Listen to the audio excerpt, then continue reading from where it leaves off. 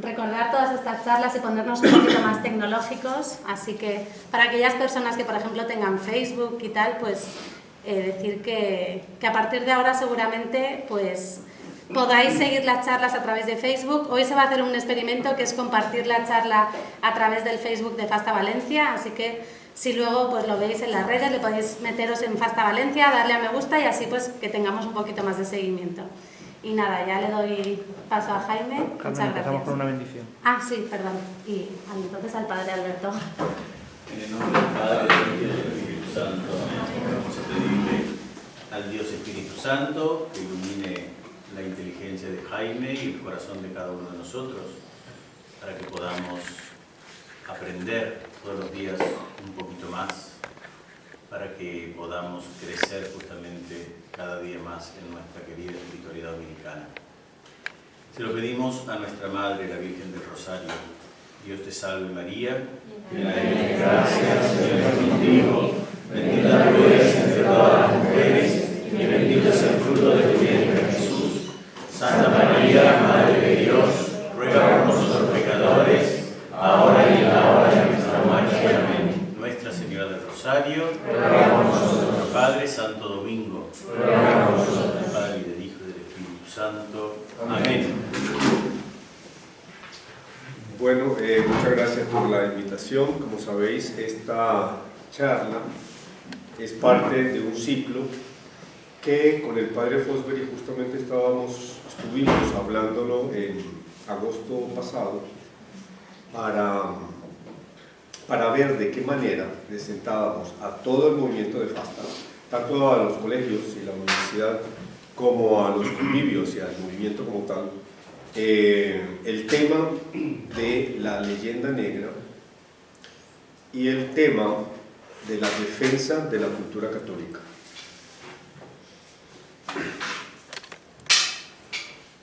A ver, ¿cómo me pasa esto? Eso ahí.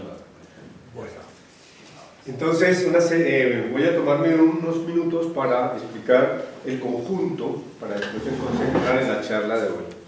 Entonces son 1, 2, 3, 5 charlas y el tema general es defender el patrimonio cultural católico según el pensamiento del Padre Fosbury. La primera de hoy es la leyenda negra antihispana y el patrimonio cultural católico, que es como una introducción al tema.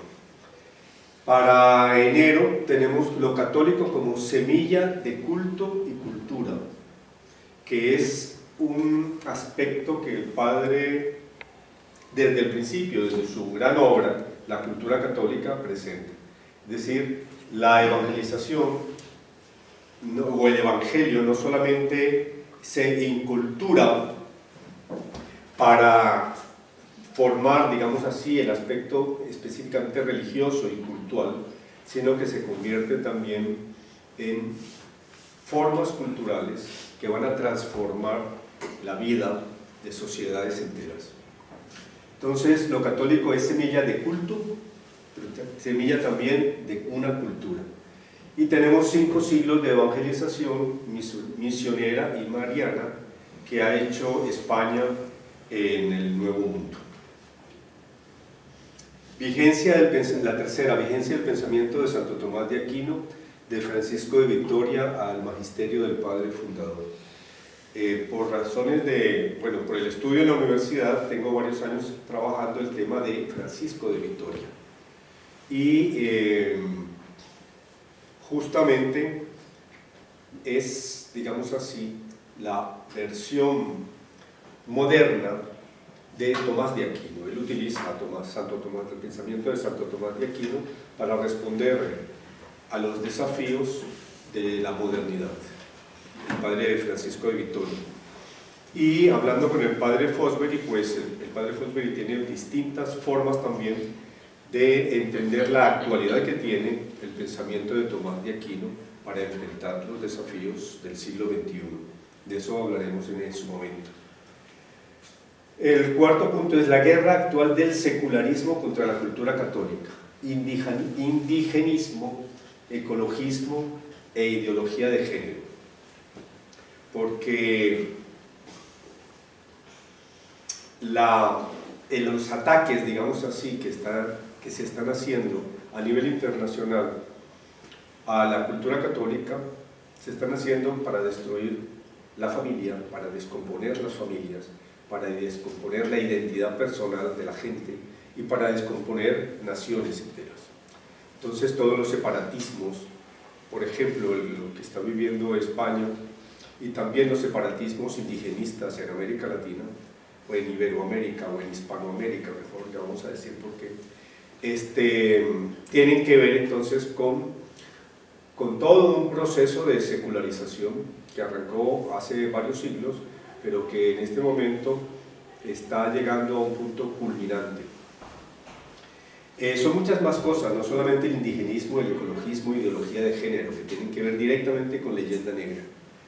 Porque la leyenda negra ataca la cultura católica y las formas actuales en que se está atacando la cultura católica es a través de no solamente el indigenismo y el ecologismo, sino también otras cosas, por ejemplo la cultura de la muerte, lo que llamaba Juan Pablo II la cultura de la muerte, y todo lo que es, por ejemplo, el tema del aborto, de la legalización del aborto, de la legalización de las drogas,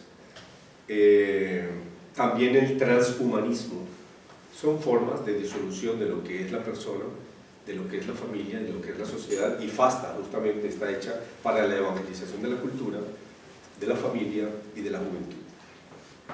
Y el último punto es superar la leyenda negra con la evangelización de la familia, la juventud y la cultura, proyectos para la esperanza.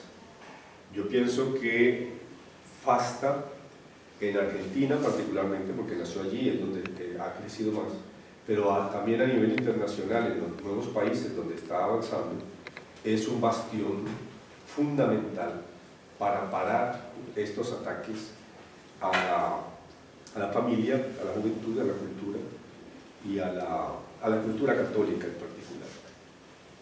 Entonces, bueno, ese es el plan que tenemos. La de hoy se refiere a la leyenda negra antihispana y el patrimonio cultural católico.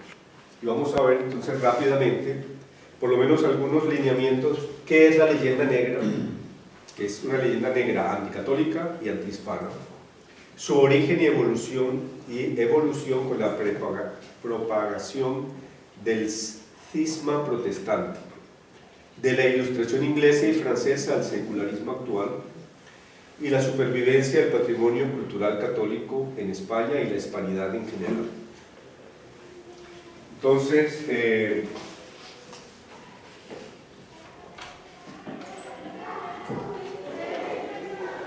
me he permitido recordar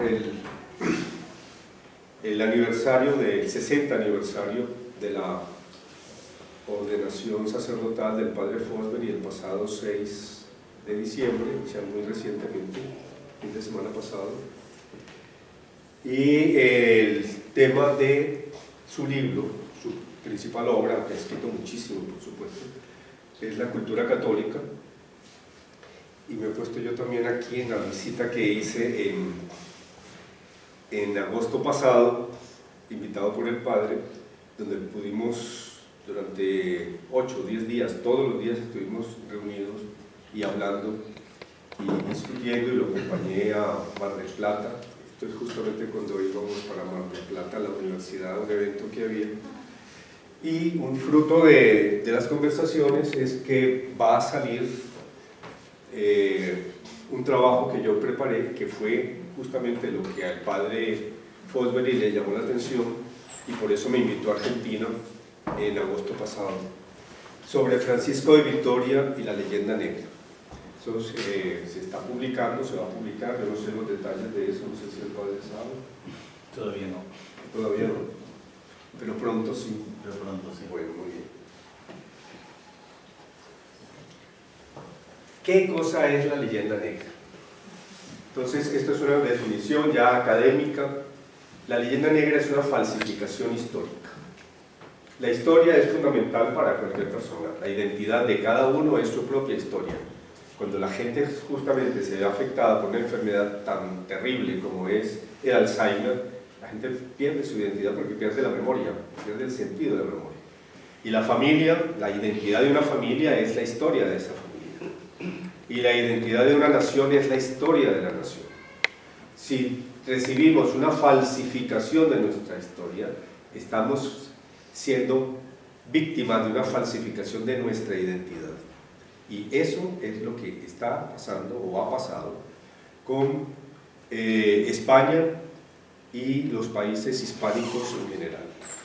Una terrible leyenda donde nos han falsificado la historia y nosotros nos hemos creído, estoy hablando de términos de siglos, y hemos repetido, y la versión que tenemos de nuestra historia no es la realidad. Se está comprobando cada vez más científicamente, por la historiografía científica, que la historia que nos han enseñado desde niños sobre España y la hispanidad, y que está en nuestros libros de texto, está en nuestra cultura, está en los medios de comunicación, en las películas que nos llegan de Hollywood, las series de Netflix, etcétera, etcétera, es una versión equivocada, tergiversada de nuestra historia, de 5 siglos de historia. Entonces, ¿qué dice Juderías? Es el que acuñó en 1914 este término. Él era un diplomático y un intelectual importante y sacó este libro, La leyenda negra y la verdad histórica. Entendemos por leyenda antiespañola la leyenda de la España inquisitorial, ignorante, fanática, incapaz de figurar entre los pueblos cultos lo mismo ahora que antes, dispuesta siempre a las represiones violentas, enemiga del progreso, de las innovaciones. En otros términos, la leyenda que, habiendo empezado a difundirse en el siglo XVI a raíz de la reforma protestante, no ha dejado de utilizarse en contra nuestra desde entonces, y más especialmente en momentos críticos de nuestra vida nacional. A pesar de que este señor lanzó esto, y algunos intelectuales en su momento, comenzando el siglo XX, analizaron y discutieron, los historiadores españoles siguieron difundiendo en las universidades y hasta el día de hoy la leyenda negra como la versión oficial. En Argentina, 1943, Rómulo Cardia escribió un libro, Historia de la leyenda negra hispanoamericana, que es uno de los libros más citados hoy en día, y lo hizo un iberoamericano. Abarca la leyenda en su más cabal amplitud, es decir, en sus formas típicas de juicio sobre la crueldad, el oscurantismo y la tiranía política. A la crueldad se le ha querido ver en los procedimientos que España echó mano para implantar la fe en América o defenderla en Flandes. Obscurantismo en la obstrucción opuesta por España a todo progreso espiritual y cualquier actividad de la inteligencia, y a la tiranía en las restricciones con que se habría ahogado la vida libre de los españoles nacidos en el Nuevo Mundo. Son definiciones entonces para indicar que la leyenda negra es básicamente eso, una falsificación histórica. Eso no quiere decir que no hubo una serie de cosas malas, sino que se escogen ciertas cosas, ciertos detalles, se magnifican detalles negativos y se ocultan detalles o realidades positivas. Entonces, esa tergiversación histórica es lo que genera una distorsión de la realidad. Una distorsión que algunos historiadores hoy en día, no españoles, porque los que han comenzado a desenmascarar la leyenda negra antiespañola no han sido españoles, sino que han sido estadounidenses y, por ejemplo, un sueco, algunos de ellos protestantes o no católicos en todo caso. Y lo que dicen es la mayor distorsión en la cultura occidental que hay, la leyenda negra antiespañola. ¿Cuándo comenzó el tema? El tema comenzó en el año de 1492, que es un año muy importante en la historia. Comenzó, bueno, en enero está la toma de Granada, donde definitivamente los reyes católicos expulsan lo que quedaba, bueno, toman lo que quedaba de el poder musulmán en la península ibérica, con la toma de Granada. Después, ese mismo año, hay un edicto desde Granada de la expulsión de los judíos para unificar. Ya había habido con el matrimonio de Fernando, como sabéis, e Isabel, pues había habido una unificación de los reinos de Castilla y de Aragón, exactamente. Y para terminar la unificación, hacen el edicto de expulsión de los judíos. Y a cambio de que, o sea, la forma de el que no quisiera ser expulsado tenía que convertirse a la religión católica, al cristianismo de Roma. O sea, que no es una expulsión como la que ha habido en otros países, ¿no? Entonces, cuando se habla de la expulsión de los judíos, este es un ejemplo de leyenda negra. Cuando se habla de la expulsión de los judíos, España expulsó a los judíos. Antes de que España expulsara a los judíos, la habían expulsado en Francia no sé cuántas veces, en Alemania antes y después, incluyendo el siglo XX, que eliminaron 7 millones o 6 millones de judíos. Pero siempre España es la mala en relación con los judíos. ¿Por qué los judíos vivían en España? Porque lo habían expulsado de muchos países. En Polonia y esos países de Europa Oriental, y también en España, había muchos judíos. Y más o menos más de la mitad de los judíos se quedó, y se convirtió y se quedó. Y además ni siquiera se le quitaban sus propiedades, por eso es que todavía hoy la judería que proviene de España tienen las llaves de sus casas y tienen las memorias, etcétera, etcétera, en Israel y en otros países. Hay todo un movimiento, por ejemplo, de judíos provenientes de España que están en contra de la leyenda negra en Estados Unidos. El descubrimiento del Nuevo Mundo. En octubre, entonces, sucede del mismo año el descubrimiento del Nuevo Mundo y los Reyes Católicos, además, reciben, un año después, por la bula que se llama Intercetera, recibe del Papa el encargo de evangelizar los nuevos territorios. Y allí comienza entonces toda una historia de lo que podemos llamar no un reino, sino un imperio. El imperio español, imperio en el sentido más positivo de la palabra, y después también vamos a tener que entrar un poco en detalles. Es decir, todos nosotros, los 700, 650 millones de hispanohablantes, desde Texas y California hasta el Polo Sur, somos o hemos sido ciudadanos de un imperio y somos herederos de esa ciudadanía, del imperio español católico. Es decir, que Fernando e Isabel la católica, de alguna manera, están en nuestra historia como naciones. Lo que pasa es que después ese imperio fue troceado en 20, 25 pequeños países, unos más que otros, por el imperio enemigo, que era el imperio inglés, que fue el que financió, ayudó y creó todas las condiciones, y ayudó a crear también las condiciones para que se rechazaran esos 300 años que vivimos de evangelización y de imperio como una sola nación, los españoles de ultramar y los españoles de la península. Entonces esa es la historia que comienza en 1492. Los historiadores hablan de si hay una diferencia entre lo que saben los historiadores y cada vez están descubriéndose nuevas cosas en relación con la leyenda negra, y lo que la cultura popular, el sistema educativo, nos enseña en España y en Hispanoamérica. La sola palabra América Latina es parte de la leyenda negra. América Latina no hay ninguna razón para que se llame latino a Hispanoamérica. Justamente eso se lo pusieron franceses y anglosajones para distorsionar, para que se rompiera todo ese pasado, para ocultar el pasado hispanoamericano. Por eso es que un hispanoamericano no se siente tan extranjero en ninguna parte donde se habla la lengua, que es el gran tesoro repito, de 700 millones de personas en este momento en el planeta.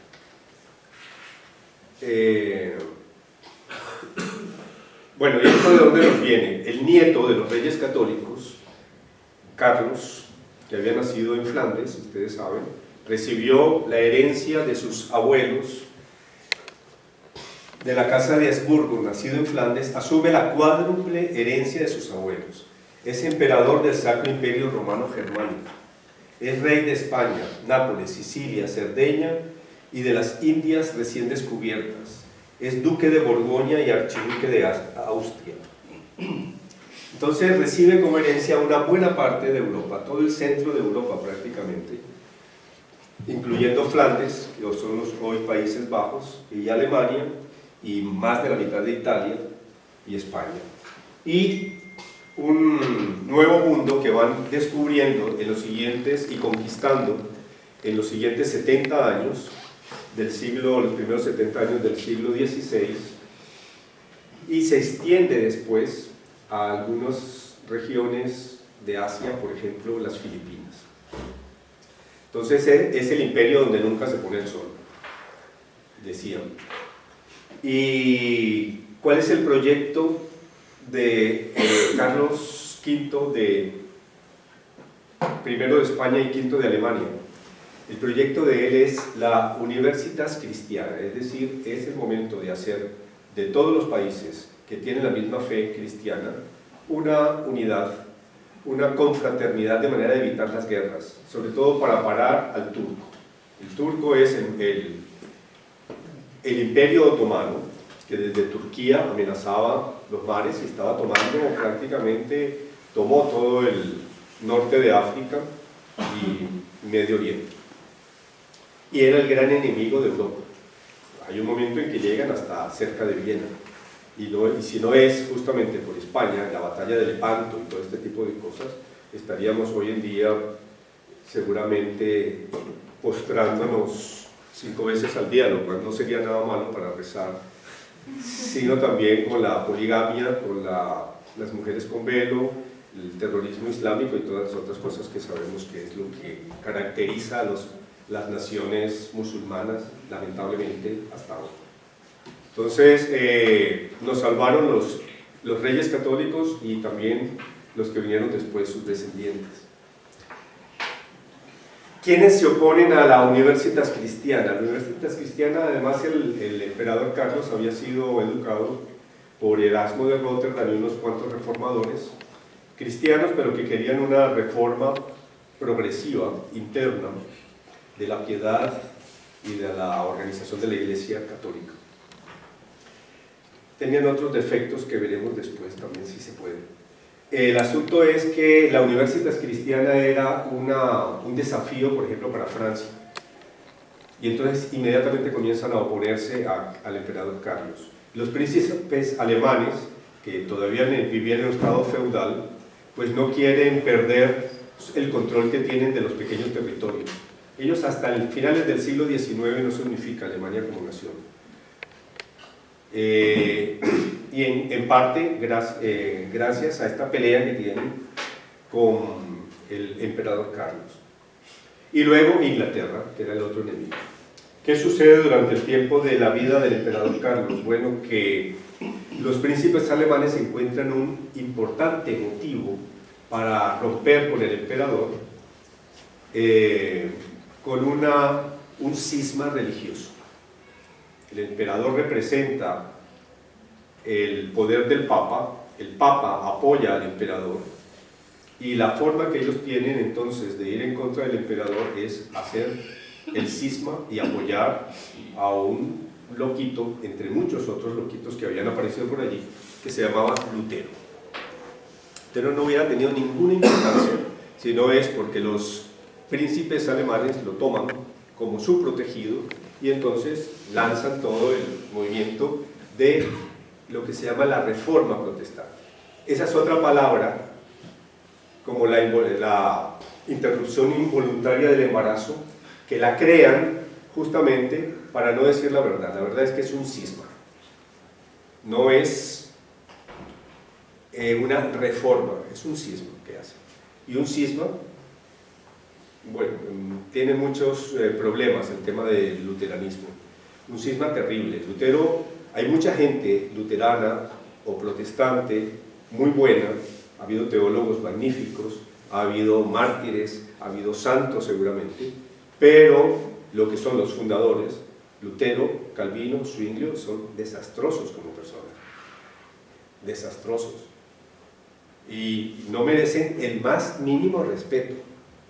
Yo creo que es parte de la leyenda negra justamente el temor que hay de los católicos a hablar mal de Lutero. Lutero es un desastre como persona.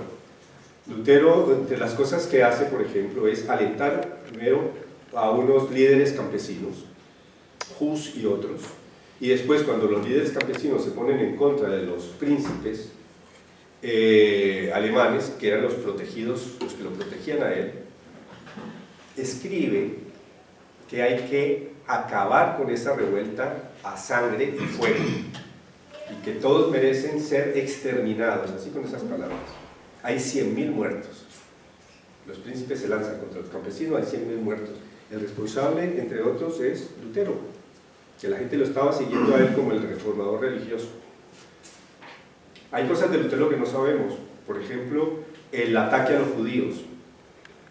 Escribe que los judíos es una plaga que hay que eliminar, como las plagas, como la mala hierba, quemándolos. Quemándolos. Entonces, en la Segunda Guerra Mundial, al terminar la Segunda Guerra Mundial, cuando estaban juzgando a los líderes nazis sacaban, esto es lo que dice el reformador Lutero, que hay que quemarlos. Nosotros tenemos una tradición, etcétera, etcétera. Su defensa era Lutero.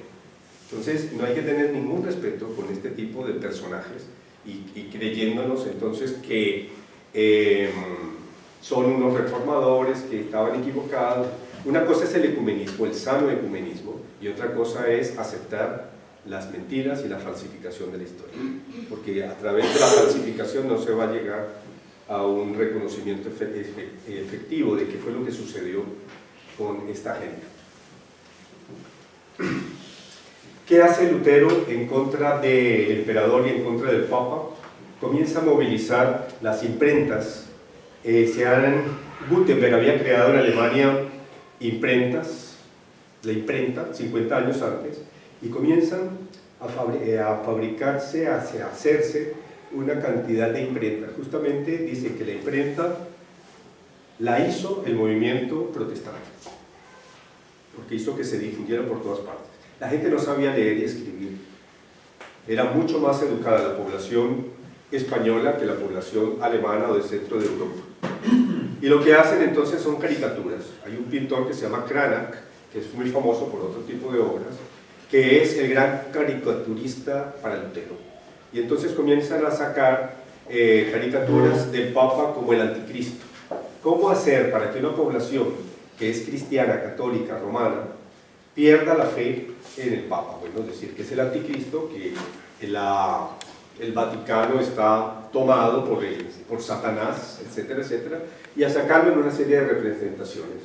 Y poner entonces también al emperador como el servidor fiel del Papa, que le daba de comer al Papa, y el dinero que hay detrás, etcétera, etcétera. Es un ataque contra...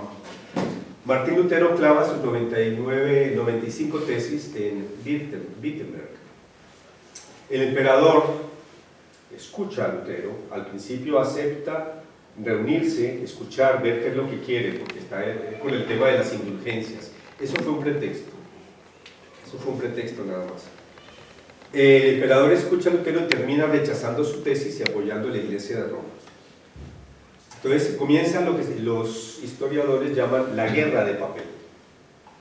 La guerra de papel es la utilización entonces de las imprentas contra el papado y contra España, que se había convertido en el bastión del catolicismo. Lutero entonces en sus escritos llama a los españoles marranos, mamaluken.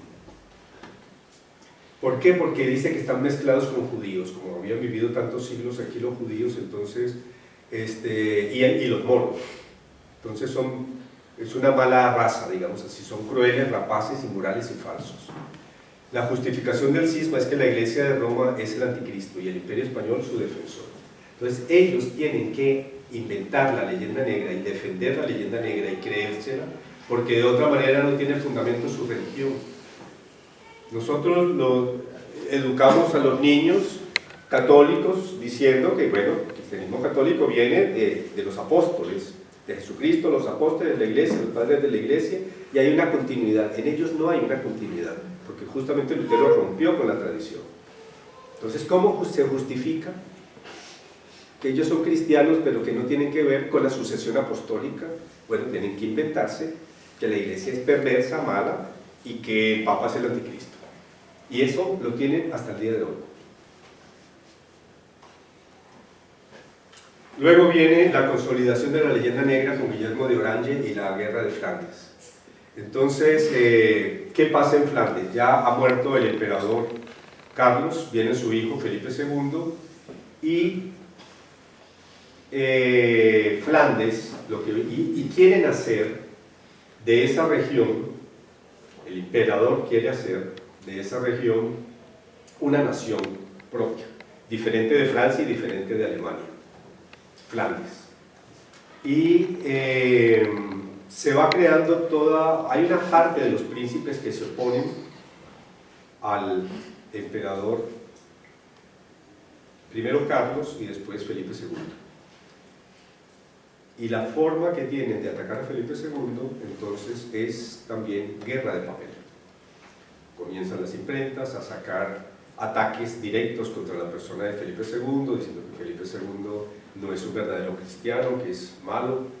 Y además, el principal líder, que es Guillermo de Orange, se hace no luterano, sino calvinista, se hace calvinista, para tener una iglesia nacional. Lo mismo que habían hecho los príncipes alemanes, pero ellos lo hacen con Calvino.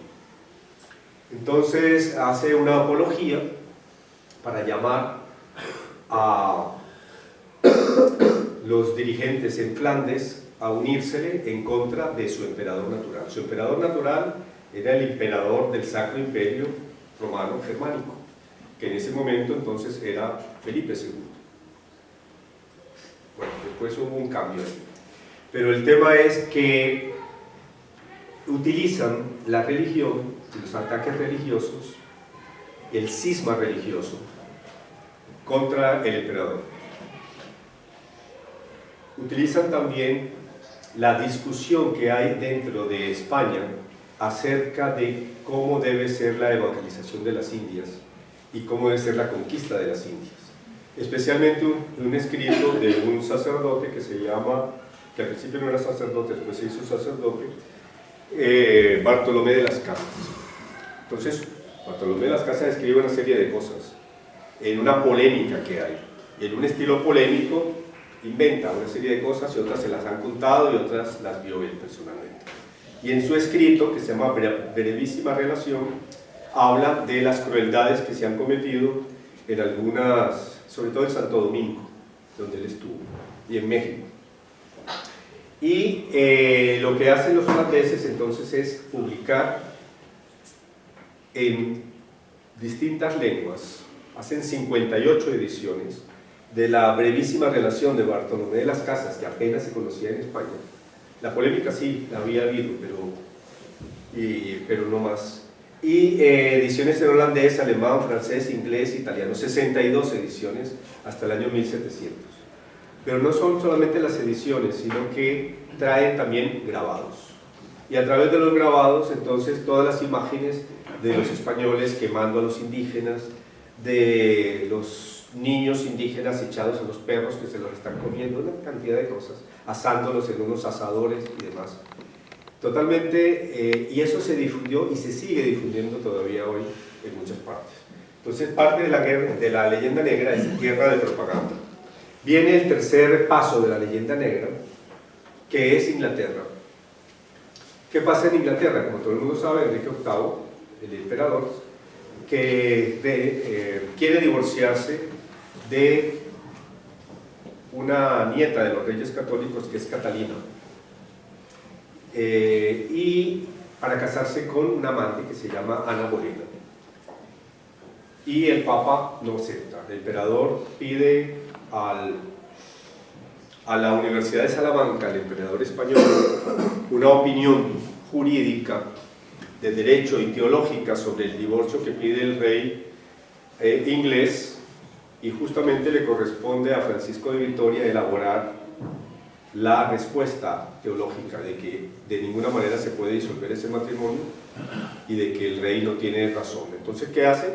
Rompe, se hace protestante, pues rompe con la Iglesia de Roma y funda su propia iglesia, que perdura hasta hoy, que es la Iglesia Anglicana.